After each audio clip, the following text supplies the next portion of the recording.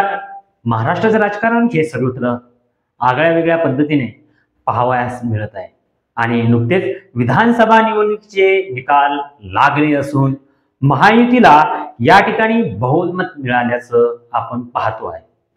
परंतु या सर्व राजकारणामध्ये सगळ्या बाजूनी जर विचार केला तर सर्व राजकारण आपल्या बाजूला फिरवून ठेवण्याचं काम जमणारा नेता म्हणजे एकनाथराव शिंदे.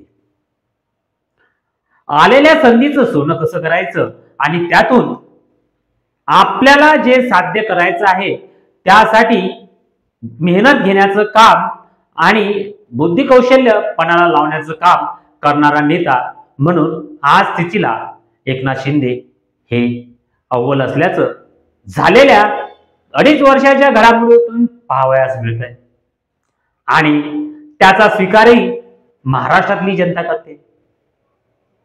नमस्कार. शिवसेनेच्या असलेल्या राजकीय सामाजिक वातावरणात घडलेले एकनाथराव आणि त्यांची सामाजिक पातळीवरची असलेली राजकीय सामाजिक कारकीर्द ही नक्कीच वाखाणण्याजोगी आहे.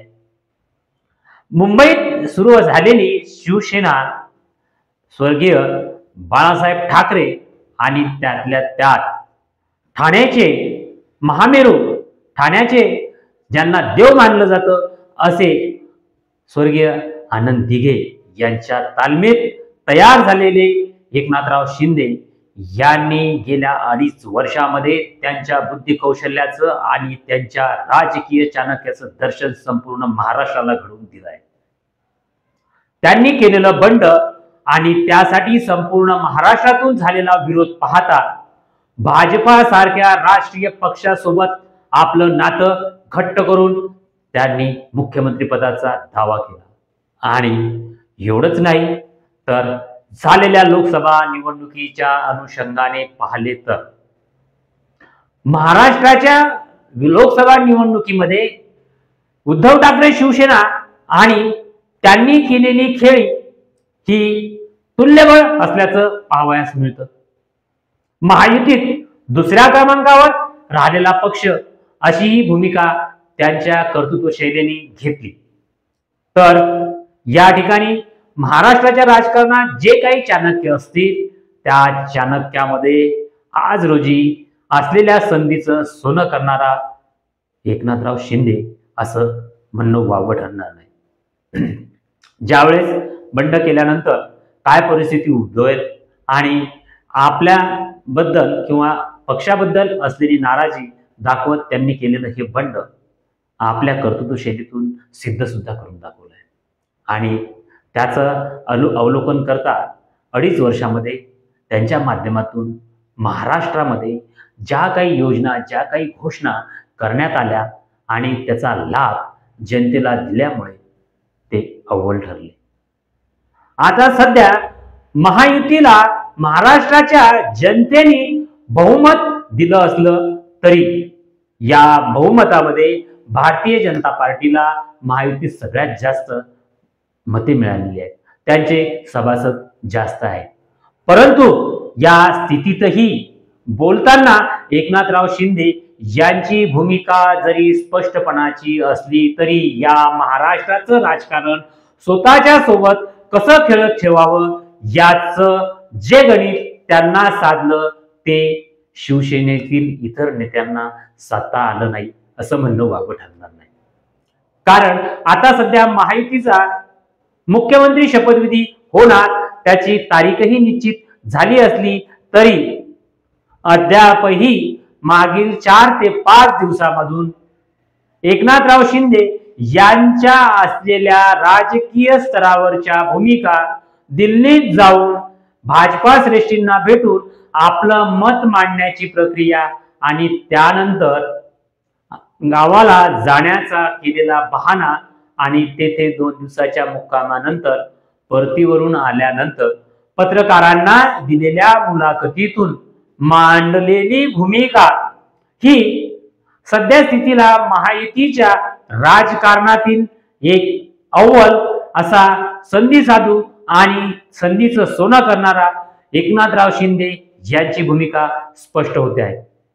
आज तिथीला शिवसेना व्यतिरिक्त भारतीय जनता पार्टी आपलं जे राजकारण आहे ते खेळू शकत नाही याची जाणीव करून देण्यासाठी एकनाथराव शिंदे यांची खेळी आज रोजी अव्वल ठरत आहे।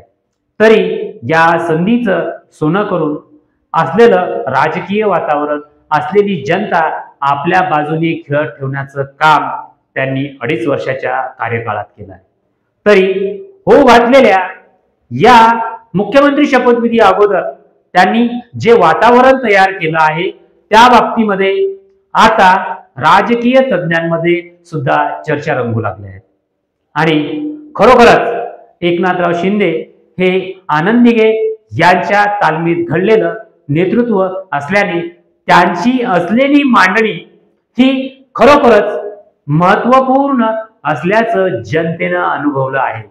तरी येणाऱ्या 5 तारखेच्या शपथविधी अगोदर यांच्या असलेल्या भूमिकेचं त्यांना जे अपेक्षित आहे ते घडवून आणण्याचं काम एकनाथराव शिंदे हे करतीलच असाही राजकीय तज्ञांचा सल्ला पाहावयास मिळतो। तरी आज रोजी गेल्या 2.5 वर्षाच्या कार्यकाळात एकनाथराव शिंदे यांनी घेतलेली भूमिका आणि त्यांनी जनतेसोबत केलेल्या संवादाचं आणि त्यांच्या कारकिर्दीमध्ये अनुभवलेलं वातावरण निर्माण करण्याचं काम हे एकनाथराव शिंदे यांना मुख्यमंत्री म्हणून जमलं। तसेच शिवसेनेचं संघटन असताना आपण कोणत्या भूमिका घेतल्या पाहिजेत यासाठी त्यांनी केलेली खेळी ही सुद्धा महत्त्वपूर्ण ठरली आहे।